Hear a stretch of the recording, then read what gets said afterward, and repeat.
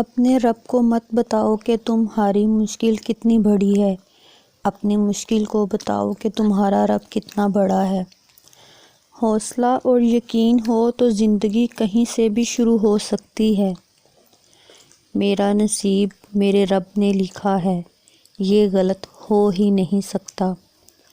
اللہ تعالیٰ سے ڈرو کیونکہ تمہاری سب باتیں وہ سنتا ہے۔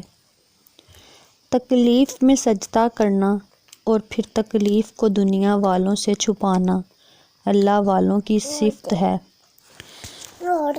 اللہ کا ذکر کرتے رہا کرو، چاہے گھر میں ہو یا راستے میں، کیونکہ جس چیز کے سامنے تم اللہ کا ذکر کرو گے، چاہے وہ پتھر، پھول، درخت یا کچھ بھی ہو، قیامت کے دن تمہاری گواہی دے گا۔